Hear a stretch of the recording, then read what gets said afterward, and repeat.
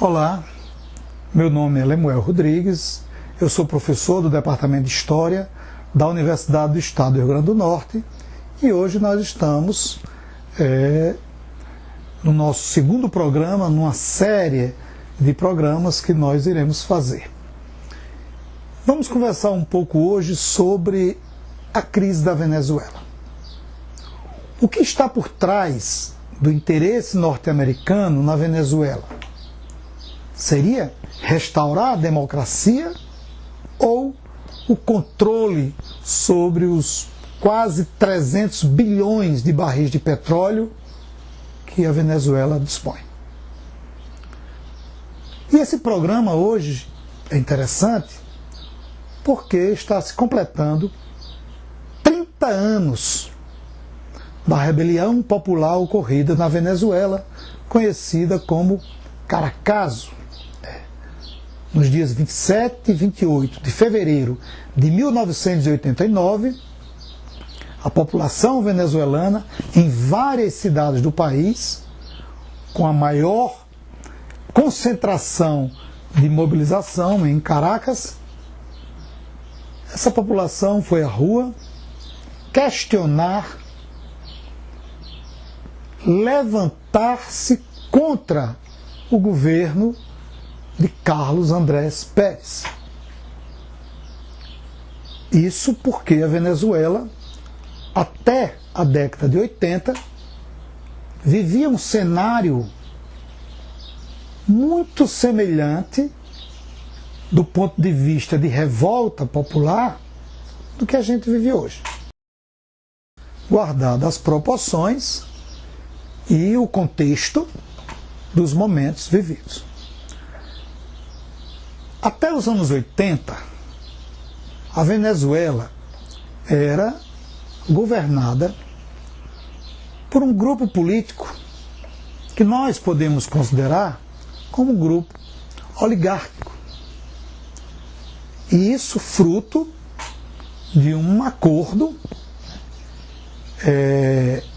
realizado em 1957, sob a batuta dos Estados Unidos, onde, por esse pacto, a Venezuela passaria a ser governada por dois partidos.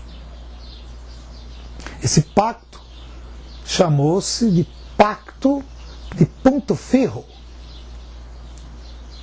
A presença norte-americana nas articulações desse pacto daria todo o contorno de como seria o governo ou os governos venezuelanos até os anos 80. A população venezuelana vivia sob a imposição de setores oligárquicos e, mesmo com toda a riqueza da Venezuela, uma grande parcela da população vivia na miséria. É interessante verificar alguns dados. Antes da ascensão de Hugo Chávez ao poder, 70% da população venezuelana vivia abaixo da linha de pobreza. E olhe que a Venezuela detém e detinha quase 300 bilhões de barris de petróleo. Isso não é pouco. Representa aproximadamente 17% de todo o petróleo do mundo. E outro detalhe, esse petróleo, essa localização geográfica do petróleo, está a apenas 4, 5 dias das refinarias do Texas. Enquanto o petróleo do Oriente Médio, já bem mais distante, 35, 40, talvez 45 dias para chegar às refinarias do Texas. Então veja que a aproximação geográfica da Venezuela para os Estados Unidos é interessante, é significante. Mas mesmo com toda essa riqueza da Venezuela, os governos que antecederam as Chávez não foram capazes de dar à Venezuela e ao povo venezuelano as condições de vida dignas. Educação, saúde, segurança, moradia, uma estabilidade.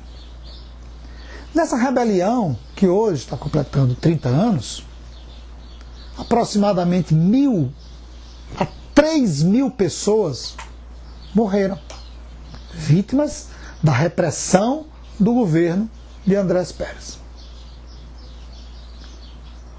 Essa rebelião foi no momento onde a oposição da Venezuela, e dentre os opositores Hugo Chávez, estava se fortalecendo com um conjunto de propostas que alteraria o cenário político da Venezuela. A chegada de Hugo Chávez ao poder deu consistência a um projeto político de quebrar o poder das oligarquias da Venezuela. A nova Constituição venezuelana daria ao povo, daria ao Poder Judiciário e ao Parlamento venezuelano o poder de discutir e de decidir os destinos do país.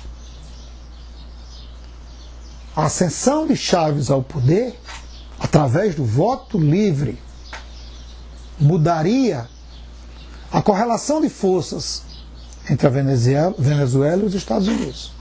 Por exemplo, até o governo Andrés Pérez, a Venezuela dava as costas para a América Latina. Era uma relação de país satélite com os Estados Unidos. A ascensão de Hugo Chávez fez com que a Venezuela abrisse um leque de possibilidades em suas relações políticas e comerciais. Com a China, com a Rússia, com a América Latina.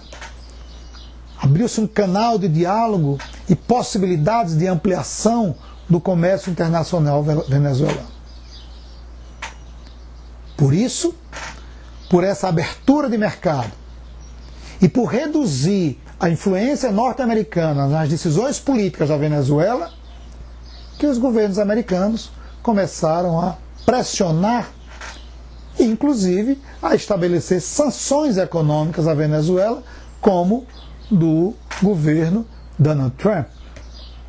Essas sanções, bloqueando relações de comércio, reduzindo investimentos, contrariando o mercado internacional, fez com que a Venezuela gradativamente fosse mergulhando numa crise, porque muitos dos negócios feitos pela Venezuela, mesmo com Hugo Chávez no poder, eram com os Estados Unidos.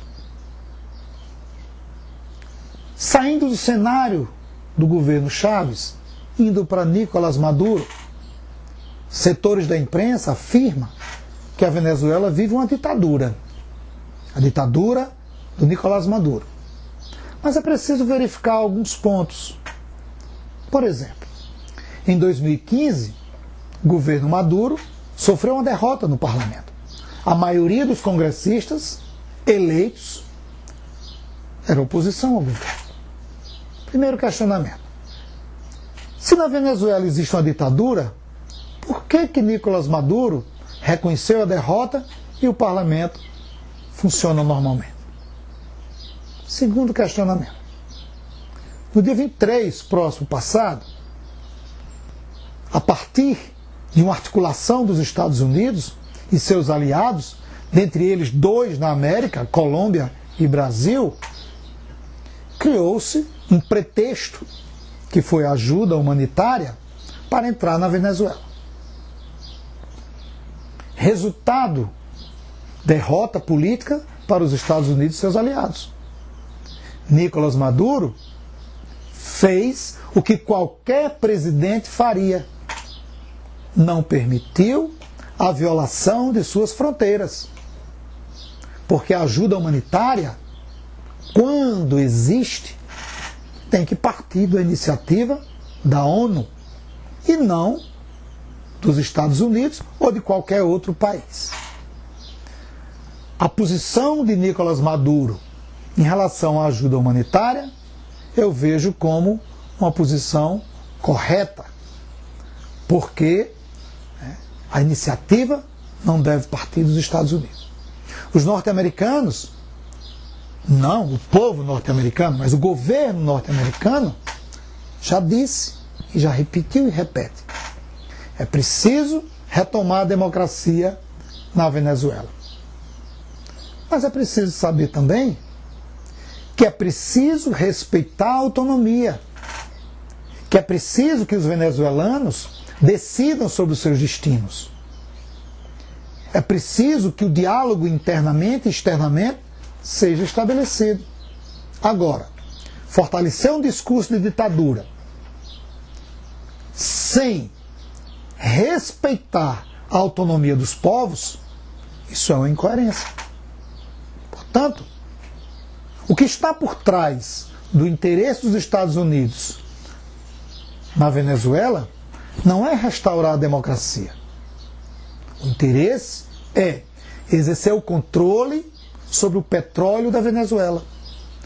É fazer, por exemplo, o que eles vão fazer no Brasil. Só que aqui ainda não será preciso uma intervenção militar. Porque nós temos um governo cuja proposta é abrir o mercado brasileiro para o capital estrangeiro. E o pré-sal é um exemplo disso. Então, o que está por trás do interesse norte-americano nessa restauração da democracia venezuelana, na verdade, não é a democracia, é o petróleo. Agradeço e até o próximo programa.